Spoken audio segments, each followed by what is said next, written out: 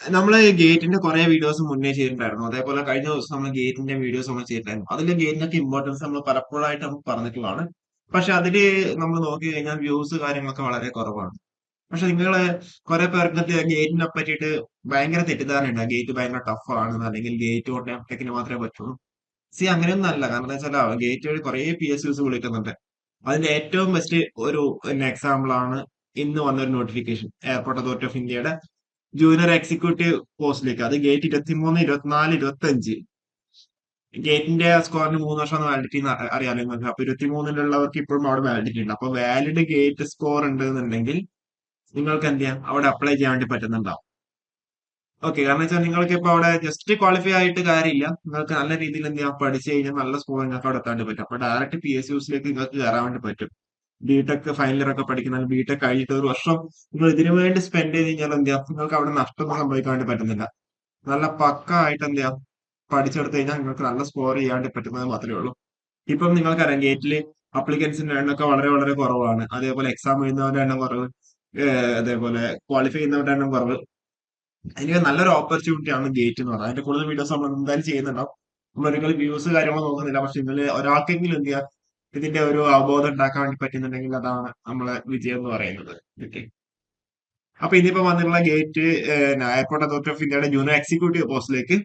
മുന്നേ air traffic controller ഉണ്ട്, അത് സെപ്പറേറ്റ് എക്സാം വഴിയാണ് വിളിക്കുന്നുണ്ടാവുക. പക്ഷെ ഇതെന്താ, ത്രൂ ഗേറ്റ് എഞ്ചിനീയറിംഗ് പോസ്റ്റിലേക്കാണ്. അതായത് architecture, civil, electrical, electronics, IT.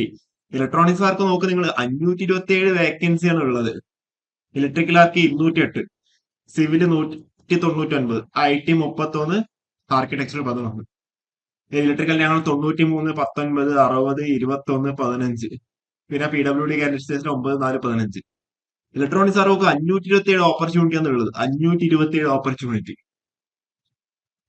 Okay, സിവിലിയാർക്ക് 190. അപ്പൊ നല്ലൊരു ഓപ്പർച്യൂണിറ്റി. നിങ്ങൾക്ക് ഒരു ഗേറ്റ് സ്കോർ ഉണ്ടെങ്കിൽ നിങ്ങൾ അപ്ലൈ ചെയ്യുക. അപ്പൊ ഗേറ്റ് സ്കോറിനെ ബേസ് ചെയ്തിട്ടാണ് ബാക്കിയുള്ള കാര്യങ്ങളൊക്കെ ചെയ്യുന്നുണ്ടാവും. ഇനി നിങ്ങൾക്ക് നല്ലൊരു ഓപ്പർച്യൂണിറ്റി തന്നെയാണ് നിങ്ങൾ ഗസ് ഗേറ്റ് ഉണ്ടെന്നുണ്ടെങ്കിൽ. അല്ലാന്നുണ്ടെങ്കിൽ നിങ്ങൾ ഗേറ്റിന് വേണ്ടി അപ്ലൈ ചെയ്യുക. ഗേറ്റ് ഇപ്പം 2026-ലെ നോട്ടിഫിക്കേഷൻ ഓഗസ്റ്റ് 25 ഇറങ്ങുന്നുണ്ടാവും. അപ്പോഴും നിങ്ങൾ അതിന് അപ്ലൈ ചെയ്യുക. എന്നിട്ട് ഗേറ്റ് നല്ല സ്കോർ വാങ്ങിക്കുക. അപ്പൊ കുറെ PSUs ഗേറ്റ് വഴി വിളിക്കുന്നുണ്ട്. നല്ലൊരു പാക്കേജ് ആയിരിക്കും തരുന്നുണ്ടാവുക. ഓക്കെ, അപ്പൊ അതിന്റെ കൂടുതൽ വീഡിയോസ്, PSUs ഏതൊക്കെയാണെന്നില്ല നമുക്ക് കൂടുതൽ വീഡിയോസിൽ വരാം. അപ്പൊ ഇതിലിപ്പം പറയുകയാണെന്നുണ്ടെങ്കിൽ കറസ്പോണ്ടിങ് ഏജ് കാര്യങ്ങൾ പറയുകയാണെങ്കിൽ 27 വയസ്സായിരിക്കും അവിടെ ഏജ് ലിമിറ്റ് ഉണ്ടാവുക. ഓക്കെ, ഏജ് ലിമിറ്റ് 27 വയസ്സാണ്. പിന്നെ SC ST OBC കാൻഡിഡേറ്റ്സിന് കറസ്പോണ്ടിങ് 3 വർഷം 5 വർഷം ഏജ് റിലാക്സേഷൻ കാര്യങ്ങളുണ്ട്.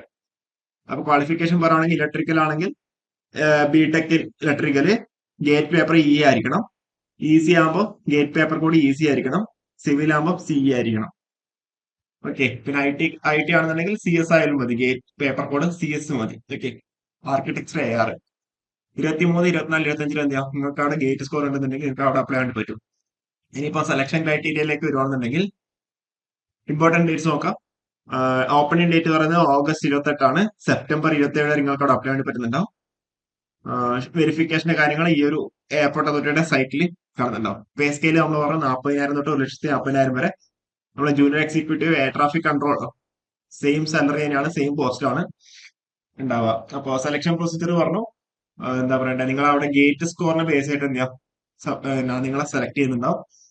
അത് കഴിഞ്ഞിട്ടാണ് അപ്ലിക്കേഷൻ വെരിഫിക്കേഷൻ കഴിഞ്ഞാൽ ഡയറക്റ്റ് സെലക്ഷൻ ആണ്. അല്ലാതെ ഇന്റർവ്യൂ കാര്യങ്ങളൊന്നും അവർ ഇതിൽ പറഞ്ഞിട്ടില്ല. അതായത് ഏറ്റവും നമ്മൾ ഗേറ്റ് സ്കോറിനെ ബേസ് ചെയ്തിട്ട് അവർ ജസ്റ്റ് ഒരു ഷോർട്ട് ലിസ്റ്റ് പോലെ ഷോർട്ട് ലിസ്റ്റ് കണ്ടക്ട് ചെയ്യുന്നുണ്ടാവും. ഷോർട്ട് ലിസ്റ്റ് ചെയ്യുന്നുണ്ടാവും. ഷോർട്ട് ലിസ്റ്റ് ചെയ്തതിനു ശേഷം നിങ്ങൾ എന്ത് ചെയ്യാം, നിങ്ങൾക്ക് അത് കോൾ ലെറ്റേഴ്സ് സെൻഡ് ചെയ്യുന്നുണ്ടാവും. അപ്പൊ അതിനെ ബേസ് ചെയ്തിട്ട് അവർ എന്ത് ചെയ്യാം, ആപ്ലിക്കേഷൻസ് ഒക്കെ വെരിഫൈ ചെയ്യുന്നുണ്ടാവും.